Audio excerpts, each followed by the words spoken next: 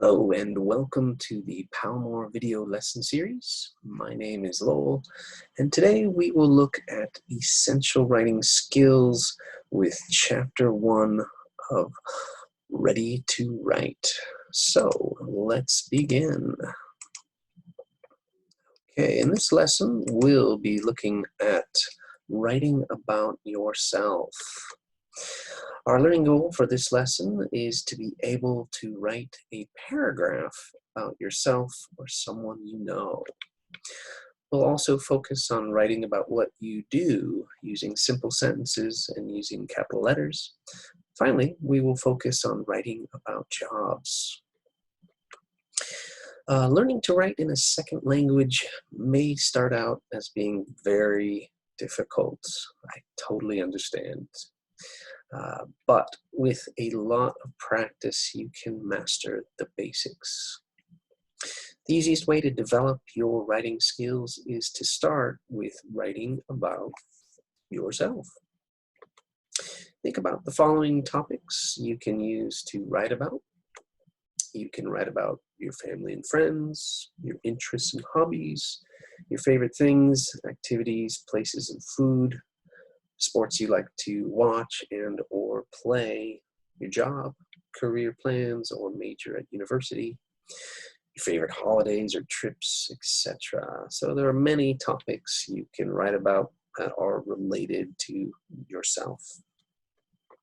Okay, moving on. What is a sentence? Before we can master writing paragraphs, we need to learn how to master writing basic sentences. Well, a sentence is an English sentence is a group of words that communicates a complete thought or idea. All sentences start with a capital letter, and most sentences end with a period. Questions, however, end with a question mark, and an exclamation point shows a strong feeling such as surprise or anger. So please note, we usually don't use exclamation marks in formal or academic writing. Usually you want to save them for emails, text messages, chat rooms, and other casual English writing contexts. Moving on, grammar for writing. Simple sentences. What are simple sentences? Well, let's take a look. Simple sentences may be long or short, but all sentences must have a subject and a verb. More on that later. Many sentences have an object or complement too. We'll look at that in just a moment. And the order of words in a sentence is important. The most common order for English sentences is subject plus verb plus object or complement. Let's take a look at some examples. In this first sentence on the left, we have David plays soccer. So we note that David is the subject of the sentence. The subject is a person or thing that does the action. It's usually a noun or a pronoun like he, she, I, we, it. The subject comes at the beginning of a sentence before a verb. In our second example, he drives a truck. Note that the verb usually describes the action. It comes after the subject, and the verb may be one word or more than one word. In our third example, Sarah studied English in college. English is the object of that sentence. Please note that most verbs, such as play, read, give, speak, describe an action. The object is that person or thing that receives the action. The object usually answers the question what or who or whom. In our fourth example, Emmy is Japanese. Japanese is the complement. Note that some verbs, called linking verbs, do not describe an action. Linking verb connects the subject of the sentence to information about the subject. The most common linking verb in English is the be verb. In sentences with linking verbs, the verb is followed by an adjective or noun called a complement, which describes something about the subject of the sentence. So let's move on. Let's take a look at a few practice exercises. Please identify the verb in each sentence. First one is done for you. Number one, Mr. Smith is Canadian. In this sentence, is the verb. Let's look at a few more examples. And feel free to pause the video.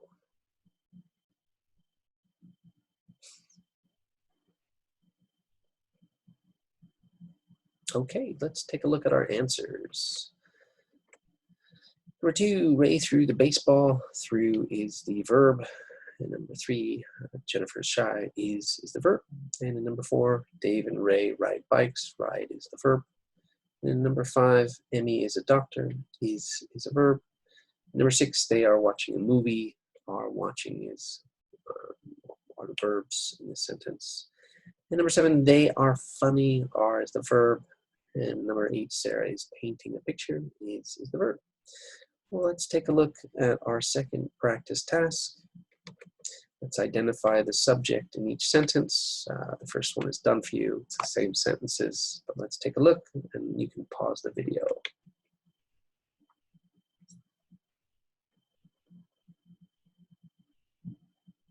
Okay, let's take a look at our answers. In number two, Ray is the subject. Number three, Jennifer is the subject. And number four, Dave and Ray, we have two subjects. And number five, Emmy is the subject. And six, they is the subject. And seven, they is the subject. And number eight, Sarah is the subject.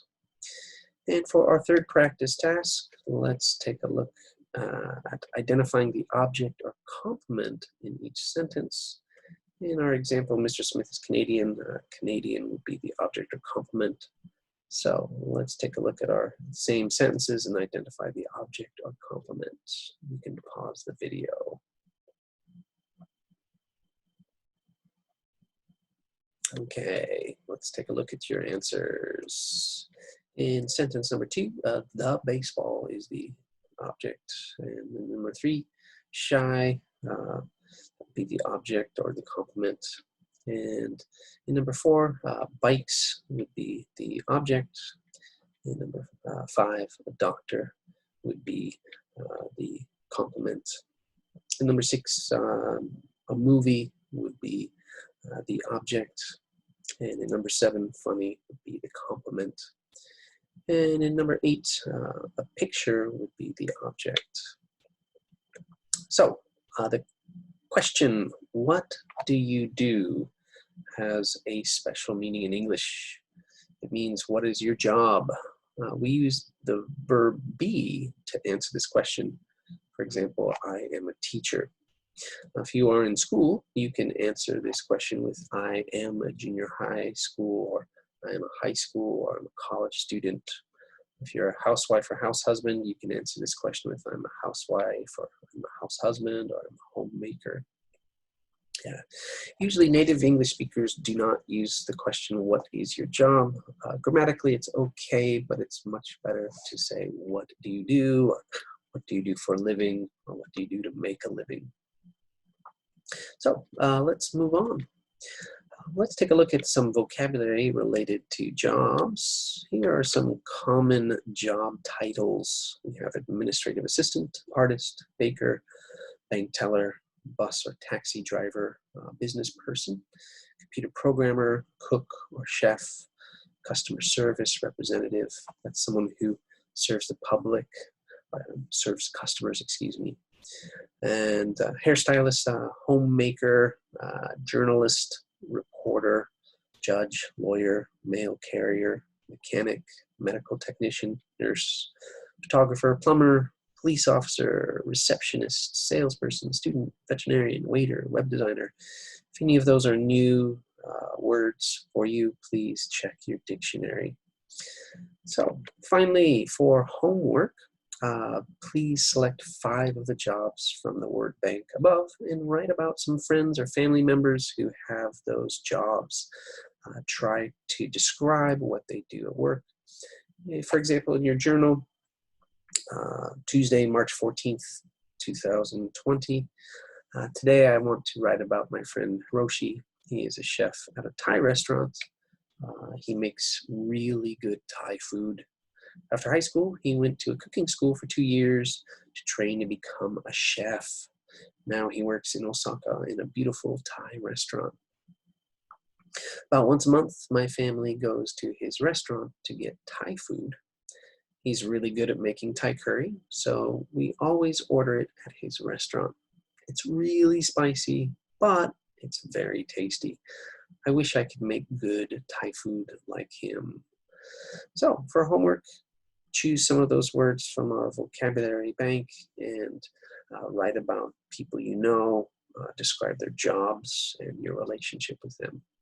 I'd like to thank you for watching and feel free to leave comments below, and see you next time.